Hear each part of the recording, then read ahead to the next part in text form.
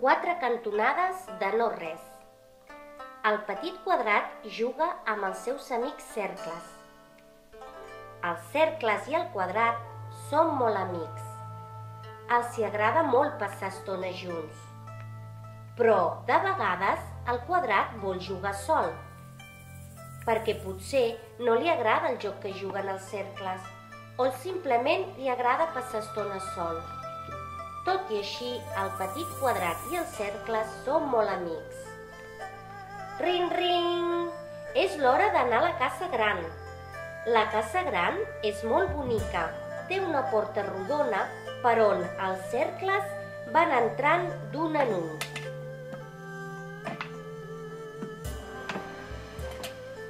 Però el petit quadrat no pot entrar. Ell no és rodó com la porta. El petit quadrat està trist. Li agradaria molt entrar a la casa gran. I s'esforça molt per poder entrar, però és molt difícil. La porta és rodona i per molt que ho intenti no pot entrar. Els cercles també volen que el petit quadrat entri a la casa gran i el van animant. Va, quadrat, intenta ser rodó com nosaltres per poder entrar. Però, per molt que s'esforçava, el petit quadrat no podia ser rodó. Es va cansar d'intentar-ho i es va quedar sol i sentat. Els cercles van començar a pensar què podrien fer perquè el quadrat pogués entrar a la casa gran. Se'ls hi va córrer la idea de cridar a la senyoreta Tisores per preguntar-li si els hi podia ajudar. Tisores, tisores! Els cercles li van explicar que el quadrat no podia entrar perquè no era rodó com ells. Llavors un dels cercles li va dir: havíem pensat que si tu li retallessis les cantonades al quadrat, podria entrar per la porta rodona. No, va dir la senyoreta Tisores, això no ho podem fer. Pobret, li podríem fer molt mal. El petit quadrat és quadrat i no el podem canviar.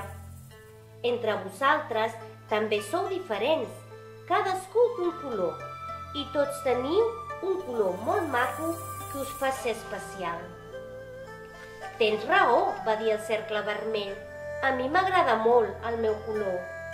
El cercle negre es va quedar pensant i va dir: a mi també m'agrada molt ser un cercle negre.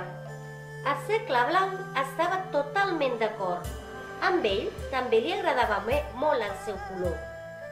Però, llavors, com podem fer perquè el petit quadrat entri amb nosaltres?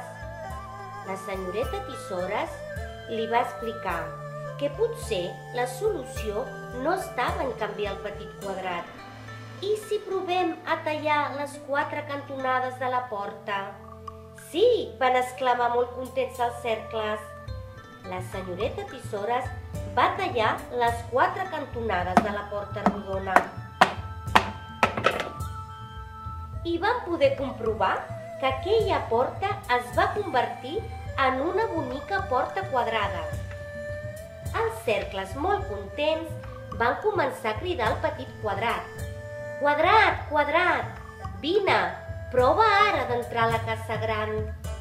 El petit quadrat va anar molt ràpid cap a la porta i d'un salt va poder entrar. Es va posar tan content que es va posar a cridar i saltar. És clar, i va poder entrar a la casa gran, junt amb els seus amics cercles. Perquè, tot i que els cercles i el petit quadrat tenien alguna cosa diferent entre ells, que els hi feia a cada un d'ells ser especial, eren molt i molt amics.